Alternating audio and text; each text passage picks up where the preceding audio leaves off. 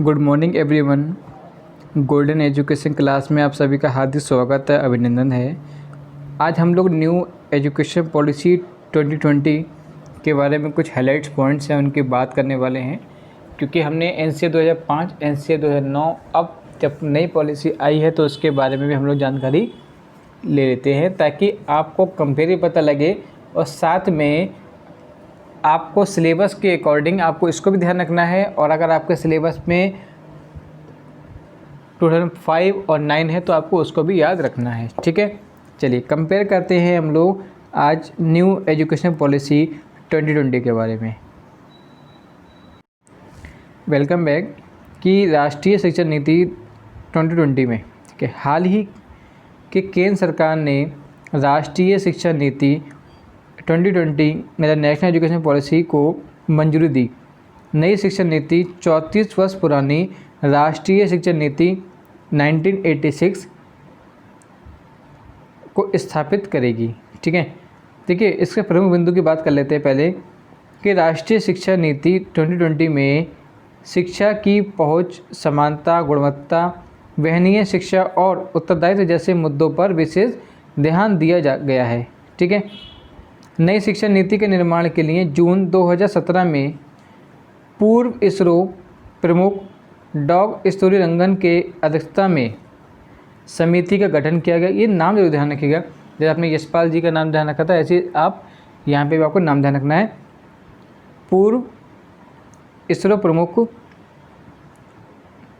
डॉ. स्तुतिरंगन के अध्यक्षता में एक गठन किया गया था। इस समिति ने मई 2009 में राष्ट्रीय शिक्षा नीति का मसौदा प्रस्तुत किया था। राष्ट्रीय शिक्षा नीति NEP 2020 वर्ष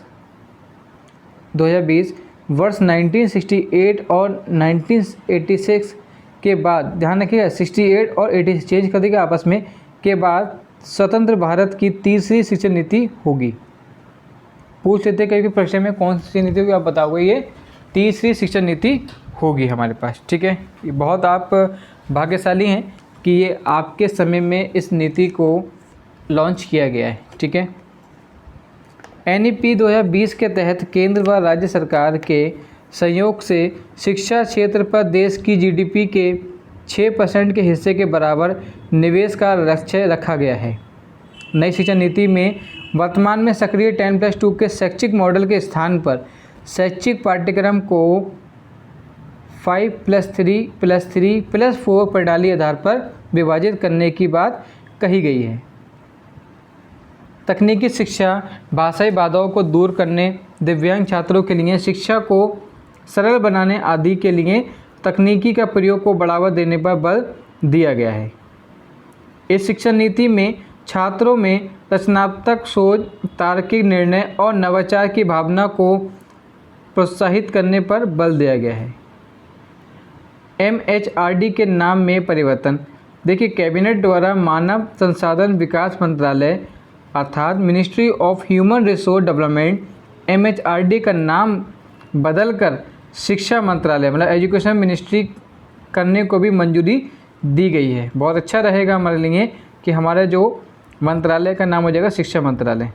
NEP 2020 के तहत MHRD का नाम बदलकर शिक्षा मंत्रालय करने का उद्देश्य शिक्षा और सीखने मतलब एजुकेशन और लर्निंग पुनः अधिक ध्यान आकर्षित करना है। प्रारंभिक शिक्षा 3 वर्ष से 8 वर्ष की आयु के बच्चों के लिए शैक्षिक पाठ्यक्रम का 2 समूह में विभाजन। 3 वर्ष से 6 वर्ष की आयु के बच्चों के लिए आंगनबाड़ी, स्कूल, प्री बाल वाटिका, प्री स्कूल के माध्यम से मुक्त, सुरक्षित और गुणवत्ता प्रारंभिक बाल्यावस्था देखभाल और शिक्षा early childhood care and education ECCE की उपलब्धता सुनिश्चित करना। 6 वर्ष से 8 वर्ष तक के बच्चों को प्राथमिक विद्यालय में कक्षा 1 और कक्षा 2 में शिक्षा प्रदान की जाएगी।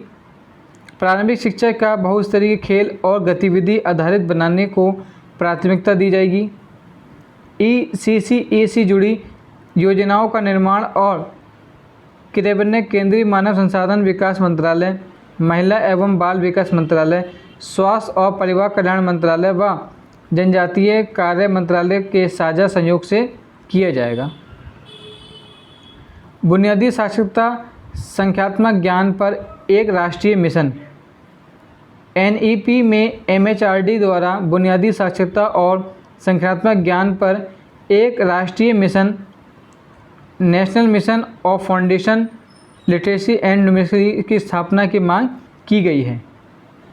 राज्य सरकार द्वारा वर्ष 2025 तक प्राथमिक विद्यालय में कक्षा 3 तक के सभी बच्चों में बुनियादी साक्षरता और संख्यात्मक ज्ञान प्राप्त करने हेतु इस मिशन के क्रियान्वयन की योजना तैयार की जाएगी। देखिए, अब बात करते हैं कि भाषाई विविधता को बढ़ावा और संरक्षण।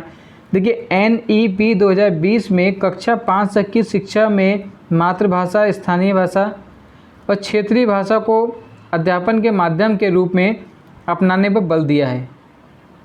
साथ ही इस नीति में मातृभाषा की अध्यक्षता कक्षा 8 और आगे की शिक्षा के लिए प्राथमिकता देने का सुझाव दिया गया है। स्कूली और उच्च शिक्षा में छात्रों के लिए संस्कृत और अन्य प्राचीन भारतीय भाषाओं का विकल्प उपलब्ध होगा, परंतु किसी भी छात्र पर भाषा का चुनाव का कोई बाध्यता नहीं होगी।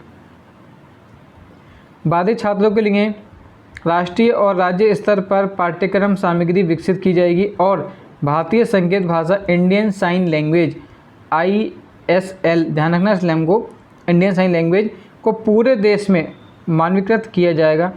NEP 2020 के तहत भारतीय भाषाओं का संरक्षण और विकास के लिए एक भारतीय अनुवाद और व्याख्या संस्थान Indian Institute of Translation and Interpretation IITI Farsi, Pali, Prakrit के लिए राष्ट्रीय संस्थान National Institute for Pali, Persian and Prakrit स्थापित करने के साथ उच्च शिक्षण संस्थानों में भाषा विभाग को मजबूत बनाने एवं उच्च शिक्षण संस्थानों में अध्यापन के माध्यम से रूप में मातृभाषा, स्थानीय भाषा को बढ़ावा दिए जाने का सुझाव दिया है। पाठ्यक्रम और मूल्यांकन से जुड़े सुझाव।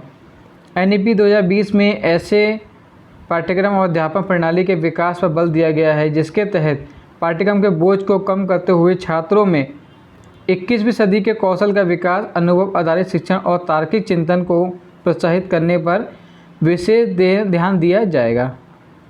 देखिए, इस शिक्षा में प्रस्तावित सुधारों के अनुसार कला और विज्ञान, व्यावसायिक और शैक्षणिक विषय एवं पाठ्यक्रम के पाठ्येतर गतिविधियों के बीच बहुत अधिक अंतर नहीं होगा। कक्षा 6 से ही शैक्षिक पाठ्यक्रम में व्यावसायिक शिक्षा को शामिल कर दिया जाएगा, ठीक है, और इसमें इंटर्नशिप की व्यवस्था भी दी जाएगी।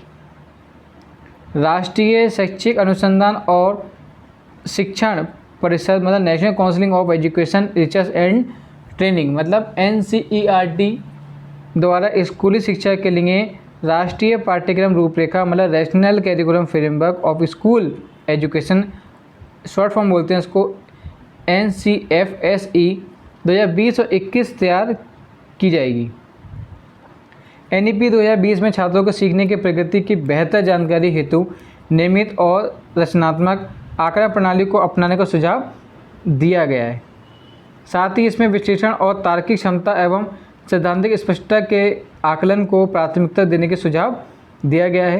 कक्षा 3, 5 और 8 के स्तर पर स्कूली परीक्षाओं में भाग लेंगे जिन्हें उपयुक्त प्राधिकरण द्वारा संचालित किया जाएगा।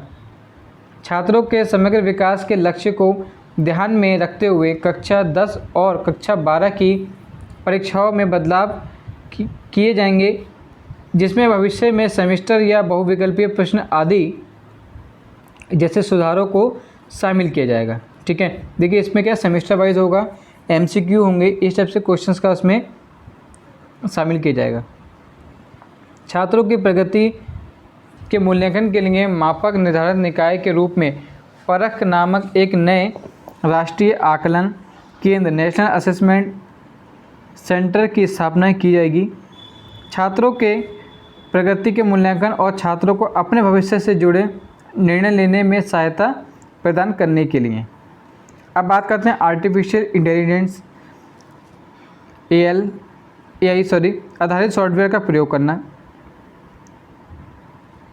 शिक्षा प्रणाली से जुड़े सुधार।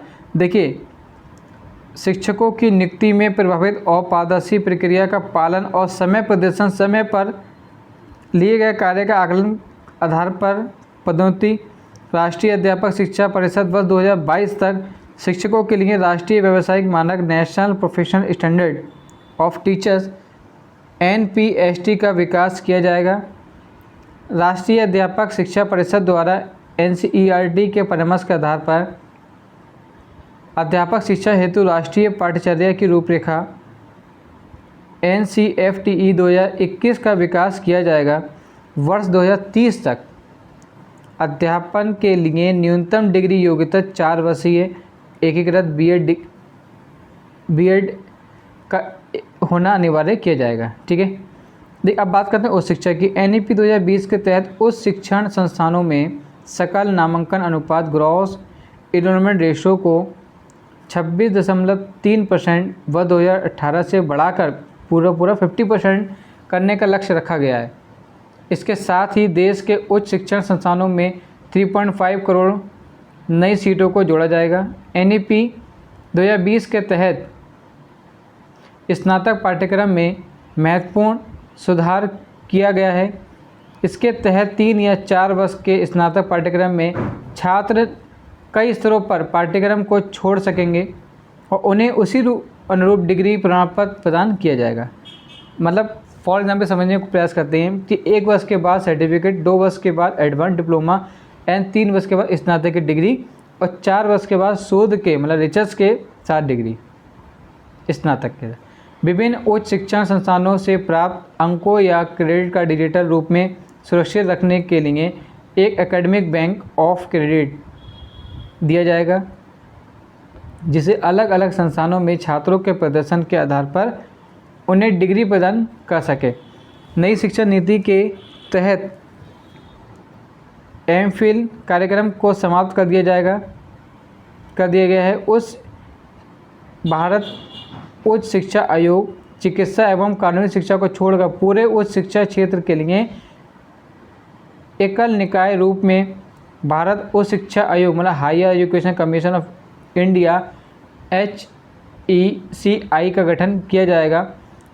HECI कार्यों को प्रभावित व प्रदर्शनपूर्ण निष्पादित के लिए 4 संस्थान निकायों का निर्धारण किया जाएगा, जैसे विनियमन हेतु मतलब राष्ट्रीय उच्च शिक्षा विनियमन परिषद, national higher education regulatory council मतलब फॉर्ड फॉर्म बोल सकते हैं उसको, NHERC। नेक्स्ट आपका मानव निर्धारण, जनरल एजुकेशन काउंसिल सामान्य शिक्षण परिषद GEC, वित्त पोषण उच्च शिक्षा अनुदान परिषद मतलब higher education grant counselling HEGC। And next हमारा प्रत्ययन, राष्ट्रीय प्रत्ययन परिषद मतलब national accreditation council NAC NAC। ठीक है, लेकिन यहाँ पे NAC बोला नहीं है, NAC सिर्फ यहाँ पे NAC। महाविद्यालयों का समानता 15 वर्ष में समाप्ति हो जाएगी और उन्हें क्रमिक सत्ता प्रदान करने के लिए एक चरणबद्ध प्रणाली की स्थापना की जाएगी। देश में IIT और IIM के समकक्ष वैश्विक मान्यता का बहुविषयक शिक्षा एवं अनुसंधान विश्वविद्यालय, multi disciplinary education and research universities MERU की स्थापना की जाएगी। नेक्स्ट इसके अलावा जो होंगे कि शिक्षा मूल्यांकन योजना के निर्माण और प्रशासनिक क्षेत्र में तकनीकी के प्रयोग पर विचारों को स्वतंत्र आदान प्रदान, राष्ट्रीय शैक्षिक प्रौद्योगिकी मंच national education technology forum NETF नामक एक स्वतंत्र निकाय की स्थापना की जाएगी। Thank you so much watching this video. Please channel को लाइक और सब्सक्राइब जरूर कर दीजिएगा और अगर आपको इसकी PDF चाहिए हो तो आप हमारे टेलीग्राम जुड़ के आप गोल्डन एजुकेशन क्लासेस में आ सकते हैं। वहाँ पे आपको सभी PDF प्रोवाइड हो जाएंगे। इस टाइप का लोगो होगा ताकि आपको ढूंढने में दिक्कत नहीं आएगी। Thank you so much watching this video. Please channel को लाइक और सब्सक्राइब करना बिल्कुल ना भूलिएगा। जय हिंद, नमस्कार, गॉड ब्लेस यू।